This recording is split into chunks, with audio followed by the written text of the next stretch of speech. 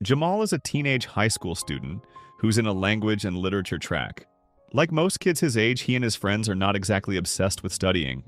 They would much rather mess around and enjoy themselves. And for them, nothing beats basketball. They play so often that they're basically part of the school team almost every day. Most afternoons, they practice at a public court near their neighborhood, but over time, they start noticing something strange. Up in an apartment building nearby, there's an older man who watches their games every single day. None of them know who he is, and that mystery turns him into a constant topic at school. They even give him a nickname, the Window, because all they ever see is someone watching from behind the glass. Of course, their imaginations run wild. Jamal and his friends start joking, and then half believing, that the old man might be some kind of killer hiding out in his apartment. What makes it worse is that none of them have ever actually seen him up close. Then Damon dares one of them to go up there and meet the man face to face. Jamal takes the challenge, partly to prove he's not scared. Around the same time, Jamal's mom, Joyce, gets called in by his homeroom teacher. The school tells her Jamal's academic evaluation is rough. He's averaging C grades, which means he might not even pass. The teacher is confused because Jamal's scores are low, but his writing is clearly impressive. Jamal keeps a journal where he pours out ideas, the kind of thoughts that could turn into something real if he ever took it seriously. One night, Jamal and his friends finally put the dare into action. Jamal sneaks in through the fire stairs and finds an unlocked window. He assumes the old man is asleep, the lights are off, and everything looks quiet. He slips inside planning to grab something. Anything, just to prove he actually did it. But the moment he's in there, he realizes this place is nothing like he expected. The apartment is packed with books. More books than Jamal has ever seen in one space. It's the kind of room that pulls you in, especially if you secretly love words. Then he realizes the worst possible thing: the old man is awake. Jamal panics and bolts out, but in the rush he leaves his backpack behind. What Jamal doesn't know yet is that this mistake will change everything. This is Finding Forrester. The next day, his friends clown him for it. Instead of coming back with proof, he came back empty-handed and left his bag inside like a rookie. Now they're worried Jamal's identity is going to get exposed. Later that day, after practice runs long into the afternoon, Jamal notices someone from the apartment building pull up in a BMW. And it turns out Jamal isn't only into poetry, he's also a serious car nerd, especially when it comes to BMWs. At first, the driver doesn't want Jamal anywhere near the car, assuming he's just some kid trying to touch it. But Jamal starts casually breaking down the car's history and details so confidently that the man is left speechless, impressed, and a little embarrassed that he judged him too fast. Right after that, Jamal looks up and sees something he never expected. His backpack gets tossed back down to him from above. The old man has returned it. When Jamal gets home, he checks everything and feels relieved that nothing is missing. Then he opens his notebook, and that's when the real shock hits. His poems have been marked up with edits. Some lines get praise, but most of the notes are sharp, specific, and surprisingly helpful. Like someone serious is pushing him to actually become a better writer. A few days later, Jamal works up the courage to go back to the apartment. He wants to apologize for what he did that night, and at the same time, he hopes the old man will look over his other writing. Instead of a warm welcome, he gets a challenge. He is told to write 5,000 words before coming back. That night, Jamal does exactly that. He writes nonstop until he hits the number. The next day, he returns with the pages in hand. The old man clearly did not expect him to actually follow through, but Jamal is still sent away. Frustrated, he leaves the stack of papers right outside the door. Not long after, Jamal and his mother, Joyce, are called into the principal's office. Jamal's test scores are still disappointing, and the principal suggests transferring him to a private school. Joyce is stunned, knowing she could never afford it. That is when a representative from the private school, Bradley, steps in and explains that Jamal would not have to pay anything. Bradley makes it clear that the offer is about basketball. The school is interested in Jamal's talent, and he mentions that many of their former students have gone on to play professionally. Before heading home, Jamal stops by the apartment again to see if his writing has been taken. When he notices the papers are gone, Jamal waits outside and keeps writing. To his surprise, the door opens and the old man finally lets him in. This is the moment Jamal truly meets him face to face. As he waits for his work to be reviewed, Jamal opens up about his life. He talks about being 16, living with his mother and brother, struggling financially, and growing up with a father who was an addict and walked away from the family. After finishing the corrections, the old man tells Jamal that despite his age and the way the world sees him, he is an extraordinary kid. Not long after that, Jamal begins attending the private school. Right away, it feels nothing like the public school he came from. There, Jamal meets Claire, a student assigned by Bradley to show him around. She brings him into a literature class where the teacher assigns an essay about a book written by a famous author named William Forrester. Jamal is told to return the next day, but he explains that he has a basketball tryout that morning. The following day, Jamal joins the tryout so the coach can evaluate him. He starts off friendly with another player named John, but the attitude is not returned. Tension builds quickly, and the two start clashing on the court. Claire later explains that John is just a rich kid, desperate for attention. It becomes clear to Jamal that at this school, everything matters more. On another day, Claire shows him an old book written by William Forrester, one she got from her father. The moment Jamal sees the author's photo on the cover, he freezes. The face looks exactly like the old man from the apartment. Without saying much, Jamal excuses himself, his mind racing with the realization. That night, Jamal goes back to the old man's apartment and asks for help with a school assignment, an essay about one of William Forrester's books. He also finally asks the question that has been bothering him, whether the old man is actually William Forrester, the famous novelist known around the world. At first, the reaction is harsh and defensive, and the old man refuses to talk about his past, but slowly he begins to open up. Forrester makes one thing very clear. Whatever happens between the two of them has to stay private. He agrees to keep helping Jamal improve his writing, but on one condition. Jamal is not allowed to argue back or ask questions about Forrester's personal life or family. Jamal accepts without hesitation. Back at school, a teacher named Robert announces that the annual writing competition has been scheduled. Any student who wants to join has to submit their work before the school break. As usual, Jamal goes to Forrester for guidance. He tells him that people at school, especially the literature teachers, completely misunderstand Forrester, even though they analyze his book in class every single day. Forrester says he does not care about how others judge him, mainly because he cannot explain the full truth anyway. Instead, he teaches Jamal the first real rule of writing. Writing is about writing, not overthinking. You put down what you feel, straight from the heart, because words that come from the heart are the ones that reach readers. Jamal is stunned when he sees how easily Forrester can write, filling a page in just a minute. When Jamal gets stuck, Forrester gives him a practical trick. He tells Jamal to start a paragraph by borrowing a small piece from his older work, just to get the rhythm and mindset flowing again. At the same time, he reminds Jamal that anything written inside the apartment must never leave it. Jamal takes that advice and works on his school assignment at home instead. The next day, the rivalry between Jamal and John on the basketball court is still intense. The competition keeps escalating until the coach finally punishes both of them by forcing them into a shooting challenge. What no one expects is that both Jamal and John sink 50 shots in a row without missing once. 49.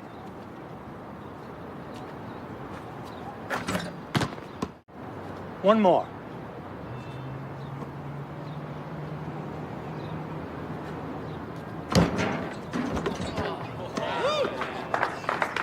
After practice, Robert calls Jamal aside. He admits that Jamal's writing has improved dramatically. In fact, he finds it hard to believe when Jamal says the piece was written just the night before. Later, Jamal tells Forrester about the praise. Still, he cannot shake the feeling that the compliment does not sound entirely sincere. Forrester then reveals that he knows Robert Crawford well. He explains that Robert once tried to write a book himself, releasing it a year after Forrester published his own work. No publisher wanted it. After that failure, Robert stopped writing and became a teacher instead, guiding others on how to do what he could not. Forrester says a teacher like that can either be truly great or become something very different. As time moves on, Jamal finally plays his first official game with the school's basketball team. To everyone's surprise, he shines that night, scoring again and again and proving he belongs on the court.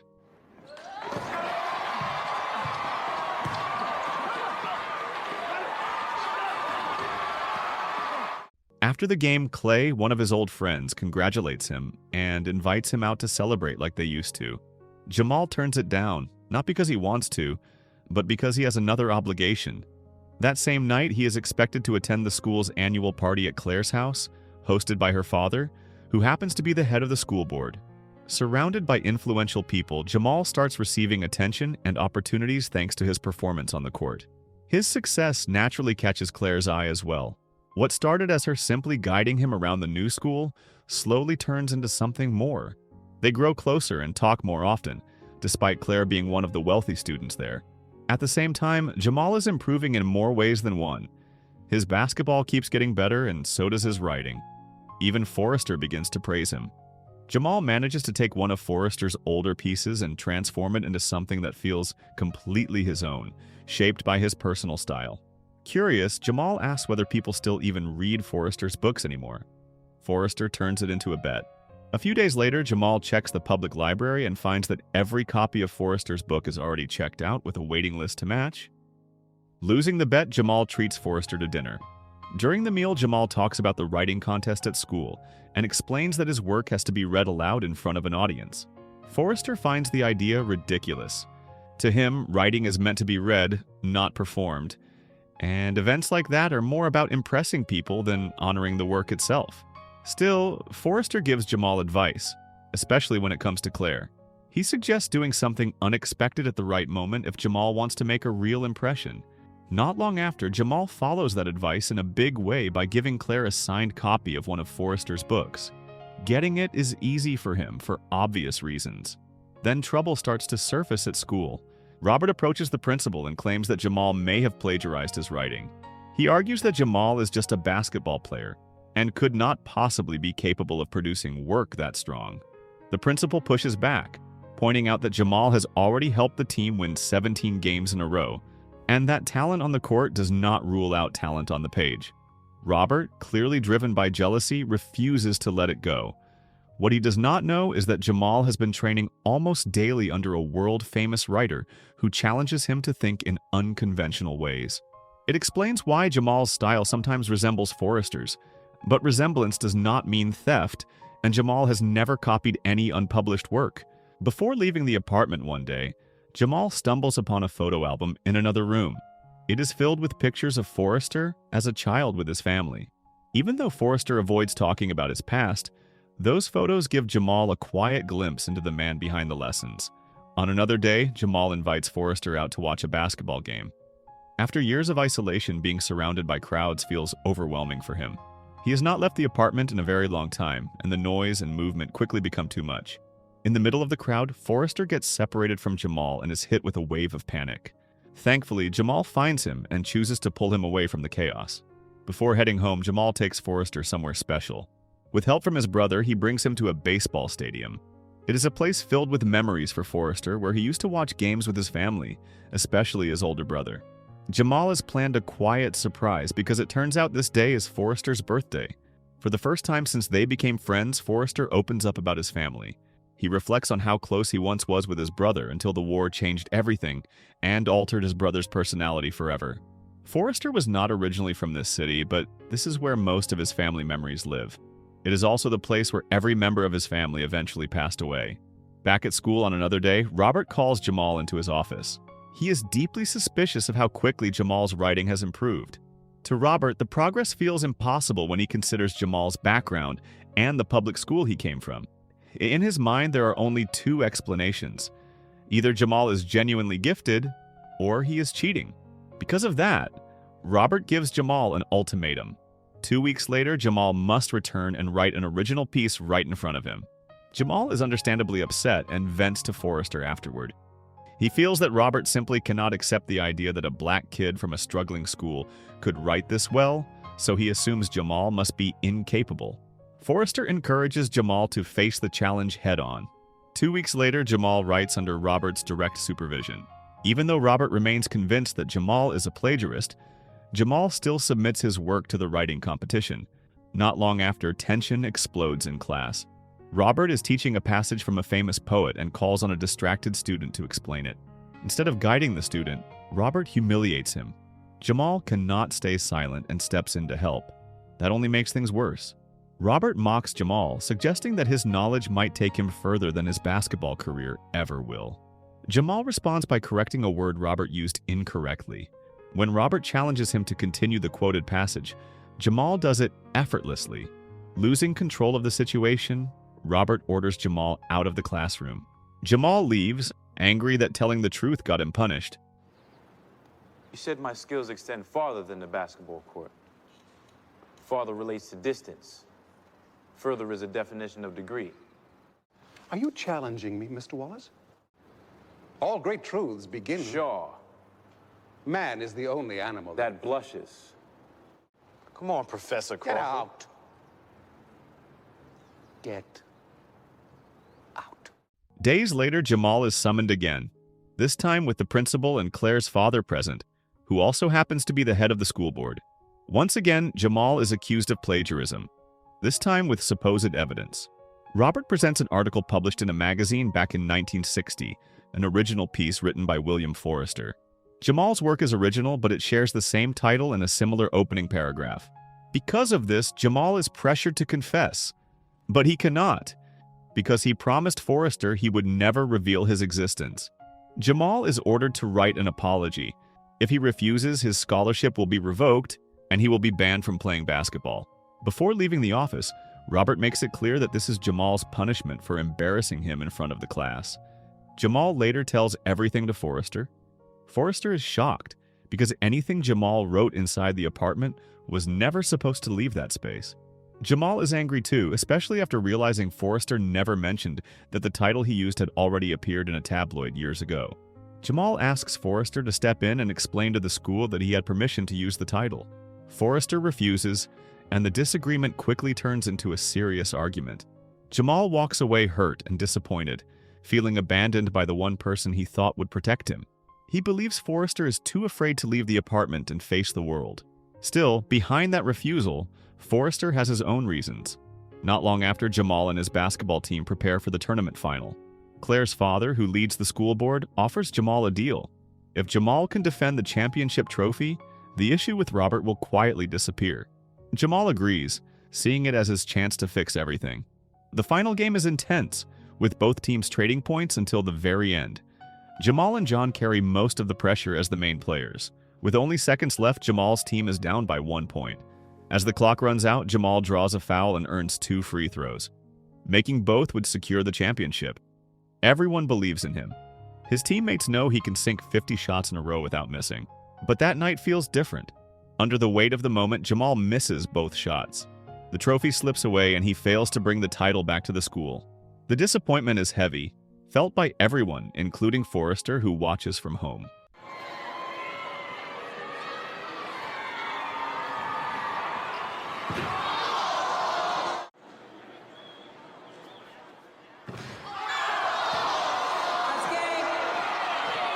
For months, Jamal had been praised as a rising star. In a single night, he is seen as a failure. To clear his head, Jamal goes to the public library, where he writes a letter to Forrester. When he returns home, his older brother Tyrell finds him asleep and notices the letter resting on the table. The next morning, Tyrell delivers the letter to Forrester, explaining that Jamal wrote it after the game. Meanwhile, at school, Jamal attends the writing competition symposium. His presence shocks Robert and many others. Even though he has been disqualified, Jamal is there simply to listen, as the remaining students read their work. Just as Robert is about to close the event, something unexpected happens. William Forrester himself arrives and asks for the chance to speak. Jamal watches in disbelief, wondering why Forrester has chosen this moment to step into the open. At the podium, Forrester wastes no time. He introduces himself with ease as a renowned writer, a fact already confirmed by his portrait hanging on the wall behind him. He then reads the piece he brought with a calm, confident presence. The room is completely absorbed, inspired by the power of his words. When he finishes, he steps down from the podium without hesitation. Robert immediately praises the piece as a stunning work, beautifully written and deeply moving. But Forrester corrects the assumption right away. He explains that he did not come for himself, but for a friend who was not allowed to speak. That friend is Jamal. The revelation shocks everyone, especially Robert, who struggles to process the fact that Jamal is connected to William Forrester. Jamal's silence up to this point proves his integrity. He never revealed Forrester's identity, even when it could have saved him. Forrester confirms that the writing Jamal submitted earlier was entirely his own. Still, Robert refuses to reverse his decision and reinstate Jamal in the competition. That is when Forrester delivers the final truth. The piece he just read aloud is actually a letter written by Jamal himself. At that moment, the principal steps in and puts an end to the situation, announcing that Jamal will be cleared of any disciplinary hearing with the school board. Jamal walks out of the room with his head held high. Soon after, Forrester tells Jamal that there is nothing more he can teach him. Inspired by Jamal's letter, Forrester decides to finally leave his apartment and return to his homeland in Scotland. The two friends, separated by generations, part ways. As always, Forrester leaves quietly without saying goodbye. A year passes. Jamal remains at the school and begins receiving multiple scholarship offers from universities. One day, Jamal is visited at school by a lawyer representing William Forrester. After a year of silence, the news finally arrives. Forrester has passed away from cancer. As part of his final wishes, he leaves Jamal the key to his apartment and every book inside it. With that inheritance, Jamal moves into the apartment along with his mother and brother. The story closes on a powerful image, the draft of a novel written by the two of them together, serving as the final chapter of William Forrester's legacy. So, the moral of the story is sometimes the people who change our lives the most are already hurting, and we realize their love only after they are gone.